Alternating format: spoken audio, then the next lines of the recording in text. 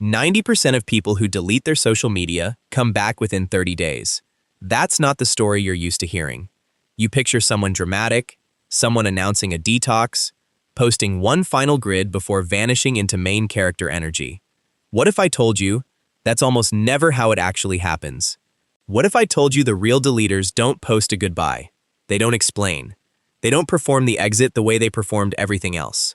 One day the app is just gone, and nobody notices for a week, sometimes longer. You've probably watched someone do this. Maybe a friend, maybe an ex, maybe someone you followed closely enough to notice their sudden silence. You assumed it meant something simple, confidence, or a breakdown, or moving on.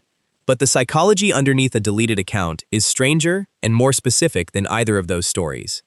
It's not a personality trait. It's not a phase. It's a nervous system responding to something it decided it could no longer safely process. And once you understand the mechanism underneath it, you will never look at a deleted profile the same way again. Chapter 1. The Illusion. Watch what happens when someone in a friend group goes quiet online. Within days, two competing stories show up. Story 1. They're doing amazing. They finally got their life together. Good for them. Story 2. Something happened. A breakup, a scandal, a job loss. People start guessing. Neither story is really about the person who left. Both are things the group needs to believe, so the silence makes sense. Humans are uncomfortable with unexplained absence, so they fill it with a narrative that serves them, not the person who's gone. Meanwhile, the deleter isn't managing either story. They're not sitting somewhere thinking about which impression they're leaving behind.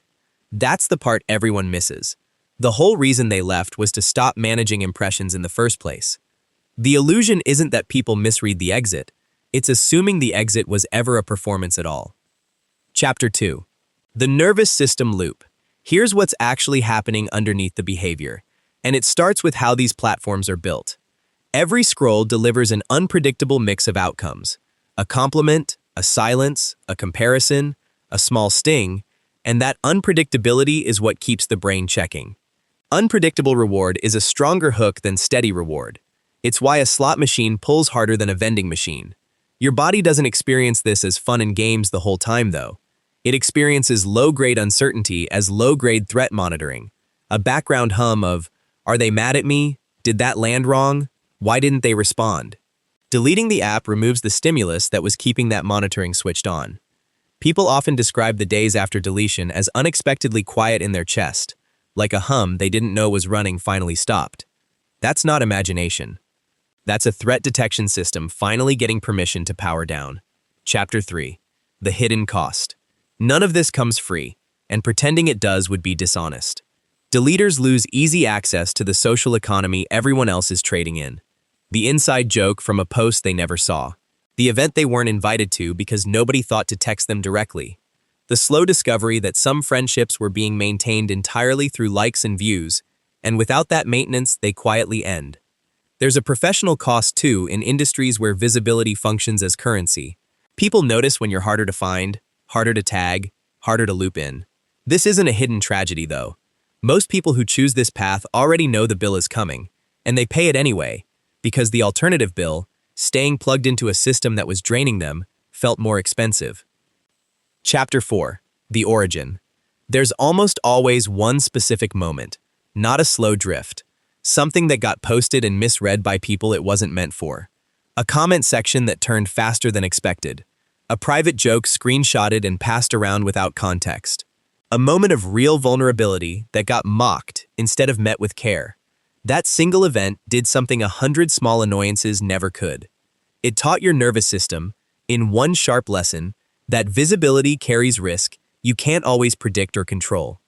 You didn't decide to change your relationship with being seen. Your body decided for you, in that instant, and everything after was just the slow execution of that decision. Chapter 5.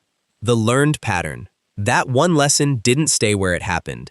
It generalized, the way a burn on one hand makes you cautious with both. You started drafting posts and deleting them before sending. You began reading your own captions the way a stranger with bad intentions might read them, hunting for the version that could be twisted. Eventually, the caution stopped being about specific posts and became about exposure itself. Not what you shared, but the fact that anything could be seen at all. This is how a single sting, turns into a whole operating system. One bad experience taught you a rule, and your mind, trying to protect you, applied that rule everywhere it possibly could. Chapter 6. The Architecture of Protection. What you built after that wasn't random. It was engineered, one layer at a time, the way anyone builds a wall when they've been hurt by what came through the open door. First, it was muting certain people. Then it was switching to a private account. Then it was quietly removing followers who felt like an audience instead of a friend. Eventually, the whole structure collapsed into one final layer, no account at all. Each step added distance between the version of you that exists privately and anyone's ability to judge, misread, or exploit it. This progression makes sense once you see it laid out. It wasn't impulsive, it was methodical, protective architecture, built by someone who was paying very close attention to what hurt them. Chapter 7. The Reframe. Here's where the story most people tell about this gets it backward. Deletion looks like withdrawal from the outside, but withdrawal implies giving something up passively. What you actually did was exercise discernment, deciding who gets access to your life instead of defaulting to everyone who happens to follow you. That's not the absence of a choice. That is the choice, made deliberately, maybe for the first time in years. Somebody who curates who sees their inner life isn't antisocial. They're selectively social, which if you think about it honestly, is what healthy boundaries have always looked like in every other area of life. Chapter 8. The Hidden Strength. Once the comparison feed disappears, something recalibrates. You stop measuring your ordinary Tuesday against everyone else's highlight reel, and your sense of how your life is actually going starts running on your own data again, instead of borrowed data from strangers. The attention that used to leak into scrolling, minutes at a time, adds back up into something usable, real conversations that go the distance, focus that doesn't fracture every few minutes. This isn't deprivation, it's reallocation. You didn't lose access to connection.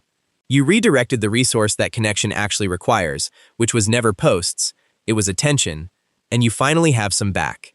Chapter 9. The Power Reclaimed. Something strange happens once you're no longer constantly available for consumption.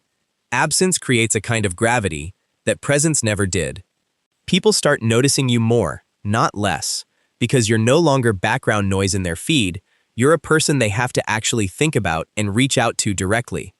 You stop needing an audience to confirm that your life is happening, which means the good moments get to belong entirely to you before they belong to anyone watching. Privacy stops feeling like something you lost and starts operating like leverage, something you get to hand out selectively instead of something that was taken from you by default. Chapter 10. The Absolution. You didn't fail at being social, and you're not broken for needing this. Your system did exactly what a well-functioning nervous system is supposed to do. It identified something that was costing you more than it gave back, and it responded to protect you, even if the response looked drastic from the outside. Whether you stay off these platforms permanently, or eventually rebuild a version of the account on your own terms, the deletion itself was never the problem that needed solving. It was the solution you found before anyone had to explain the problem to you. That's not avoidance. That's a form of self-trust most people never develop, because most people never get quiet enough to hear what they actually needed. If you want to see more, click the video on screen now.